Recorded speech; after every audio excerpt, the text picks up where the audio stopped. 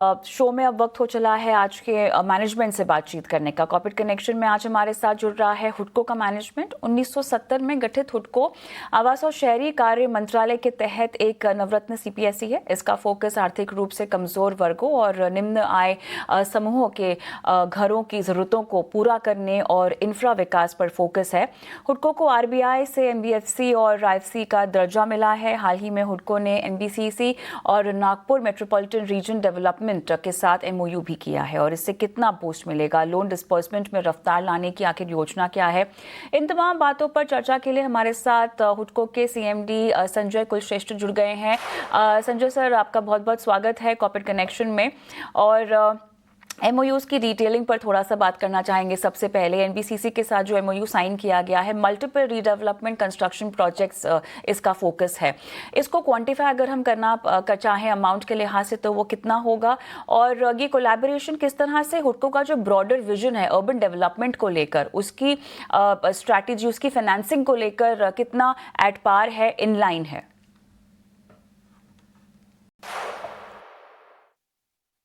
देखिए, मैं आपके सवाल को दो भागों में बांटूंगा। एक तो जो हमने एनबीसीसी से एमओयू किया है, वो प्योरली हमारा जो लैंड बैंक है, जो एग्जिस्टिंग हमारे पास एरिया है जहां पे डेवलपमेंट किया जा सकता है, उसका कॉन्ट्रैक्ट हमने एक तरीके से एनबीसीसी को दे दिया है कि वो हमारे एसेट्स को डेवलप करें। और एसेट्स का डेवलप होने के बाद जिस तरीके से रेंटिंग होगी, उससे हमारी अदर इनकम जो बढ़ जाएगी। So this is part one. इसका 2 से 3 साल में हम प्रोजेक्ट को कंप्लीट करेंगे। और हमारा ये एम है, उद्देश्य है कि बहुत ज्यादा जितना भी हम हार्नेस कर सकते हैं अपने रेंट से, अपनी सेल्स से, उस तरीके से हम अपनी अदर इनकम्स को बढ़ाते रहें। एट द सेम टाइम, जो आपने पूछा कि लैंडिंग एक्टिविटीज के बारे में, लैंडिंग एक्टिविटीज में हम एमओयू काफी स्टेट्स के साथ कर चुके हैं। महाराष्ट्र के साथ कर चुके हैं, एमएमआरडीए के साथ, राजस्थान के साथ, काफी स्टेट्स के साथ हमारा एमओयू होता रहा है पिछले 2 सालों में। और धीरे धीरे इन एमओयूज में जो प्रोजेक्ट्स आइडेंटिफाई किए गए थे, उनको हमने फाइनेंशियल क्लोजर भी किया है, फाइनेंशियल सैंक्शन भी किया है।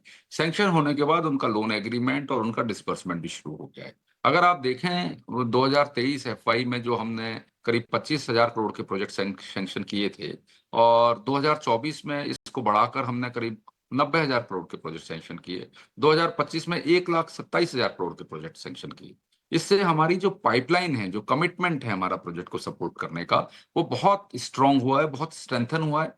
और हमारे बोरोवर्स का कॉन्फिडेंस हमारे में आया है। और साथ ही साथ हम जिस तरीके से ट्रांसफॉर्म हुए हैं एक हाउसिंग फाइनेंस कंपनी से इंफ्रास्ट्रक्चर फाइनेंस कंपनी में, और जो हमें हमारे स्टेक होल्डर का सपोर्ट मिला है, वो इसको दिखाता है कि हमारा डिस्बर्समेंट भी 2023 में जो 8,000 करोड़ था, 2024 में वो 17,000 करोड़ होकर दुगना हो गया।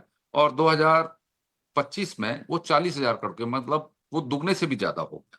तो जिस तरीके का हमें सपोर्ट मिला है, जिस तरीके की इंफ्रास्ट्रक्चर की पॉलिसीज हैं भारत सरकार की, उस सभी के सपोर्ट से कंपनी का sanction, disbursement, income, loan book, PAT, सभी कुछ इंक्रीज हो रहा है।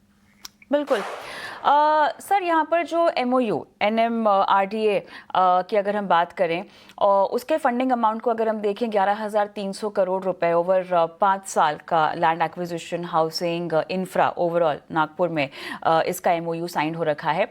अब डिसबर्समेंट्स की टाइमलाइन अगर हमें समझनी हो तो क्या होगी, और उसके साथ ही रेवेन्यू कंट्रीब्यूशन इस पर्टिकुलर अरेंजमेंट के साथ आप कितना बढ़ता हुआ देख रहे हैं?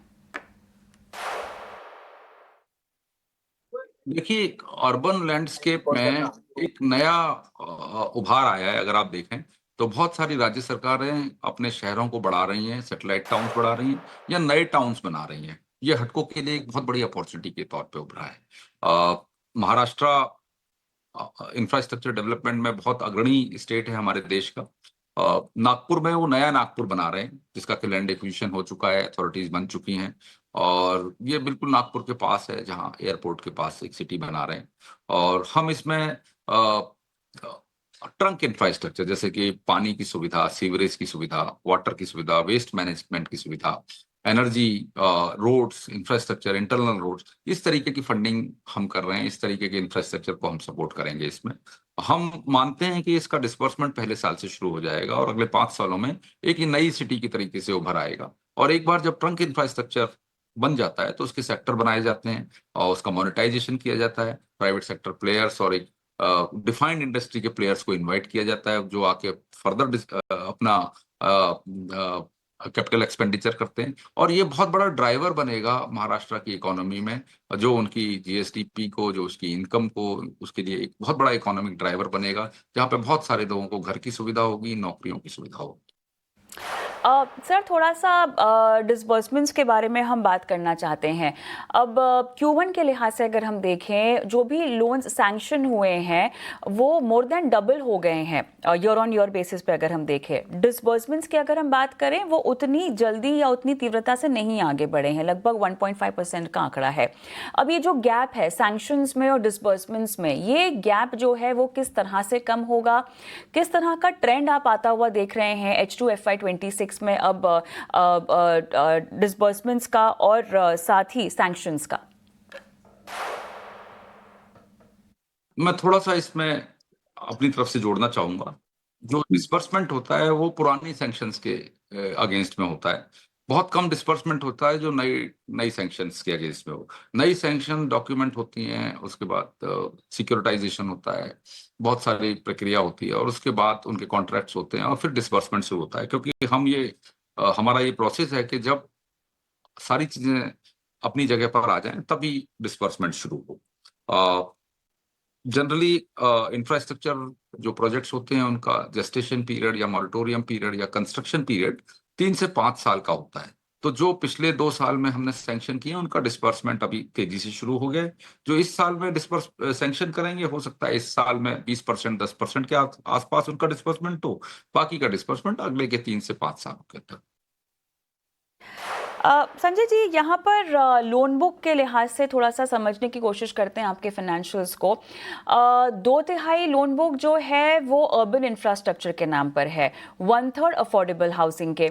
अब ये जो पोर्टफोलियो मिक्स है, क्या ये आपको लगता है कि इंफ्रास्ट्रक्चर की ओर शिफ्ट होता हुआ दिखाई दे रहा है ज़्यादा? जिस तरह की स्ट्रॉन्ग प्रोजेक्ट पाइपलाइन है, खासतौर से मेट्रोज की बात करें, स्टेट एजेंसीज की बात करें, तो ये किस तरह से आप समझाएंगे, कैसे अब ये पाइपलाइन बदल रही है या इसका मिक्स बदल रहा है? आपका ऑब्जर्वेशन बिल्कुल सही है। हम हाउसिंग फाइनेंस कंपनी से इंफ्रास्ट्रक्चर फाइनेंस कंपनी बने हैं, और अब हमारा जो ऑब्जेक्टिव वो इंफ्रास्ट्रक्चर फाइनेंस करना है। साथ के साथ जो गवर्नमेंट ऑफ इंडिया का जो इनिशिएटिव है, बहुत बड़ा इनिशिएटिव है, जो कि दूसरा है। PMAY 1.0 था, जिसमें हमने स्टेट्स को काउंटर पार्ट फंडिंग दी थी, और सिमिलरली अभी ये PMAY 2.0 लॉन्च हो गया है। और इसमें जो भी जरूरत होगी राज्यों की, जो जिस तरीके से हम भारत सरकार के इनिशिएटिव को सप्लीमेंट या कम्प्लीमेंट कर सकते होंगे, हम राज्य सरकारों के साथ मिलकर काम करेंगे। हाउसिंग हमारा प्रायोरिटी है, अफोर्डेबल हाउसिंग जो PMAY में क्रिएट होने, उसकी तरफ हम हर वक्त काम करते रहेंगे। अभी तक लोन की रिक्वायरमेंट इस सेक्टर से नहीं आई है। इसका मतलब यह है कि स्टेट गवर्नमेंट अपना पैसा खुद जुटा रहे हैं, क्योंकि ये नॉन रिन्यूएबल सेक्टर है। और जब भी किसी स्टेट को जरूरत होगी हाउसिंग फाइनेंस की, अफोर्डेबल हाउसिंग, तो हटको सबसे आगे जाके उनको मदद करेगा। सर, एक आखिरी सवाल पूछना चाहेंगे, क्योंकि अब सरकार का focus urban renewal affordable housing पर है, तो आप जो है अपने लिए कहाँ मौके ढूंढ रहे हैं? बड़ा नजरिया, लंबा नजरिया, मैं 3 से 5 साल तक का फोकस समझना चाह रही हूँ। हटको एक ऐसी कंपनी है जो सेक्टर एग्नोस्टिक है। इसका मतलब यह है कि हम अर्बन इंफ्रास्ट्रक्चर से रिलेटेड बहुत सारे सेगमेंट्स में अपनी फाइनेंसिंग कर सकते हैं, और हम कर भी रहे हैं। उसमें जो प्राइमरी इंफ्रास्ट्रक्चर है, उसमें वाटर है, सीवेज है, वेस्ट मैनेजमेंट है, ड्रेनेज है, एनर्जी है, लिंकिंग रोड्स हैं, हॉस्पिटल्स हैं, प्राइम मिनिस्टर आवास योजना के अफोर्डेबल हाउसिंग है। ये सारी चीजें हमारी प्रायोरिटी में रहती हैं, ये ट्रंक इंफ्रास्ट्रक्चर का काम करती है। तो बेसिकली हम इस पे तो फाइनेंस कर ही रहे हैं।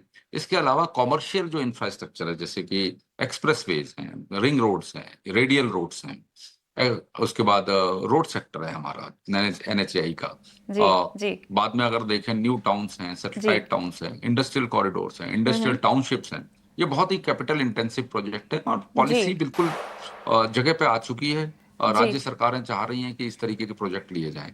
तो जो जी मेरी गाइडलाइन जो हमने पिछले 2024 में रखी थी कि हम बिल्कुल। 2026 तक 1.5 लाख करोड़ की कंपनी बन जाएंगे। चलिए, तो मेरे ख्याल से काफी हद तक इनलाइन है आप सरकार के विजन के साथ भी, और वाकई यहाँ पर बेनिफिट भी होता हुआ दिखाई दे रहा है। बहुत बहुत शुभकामनाएं आपको अपने आगे के सफर के लिए।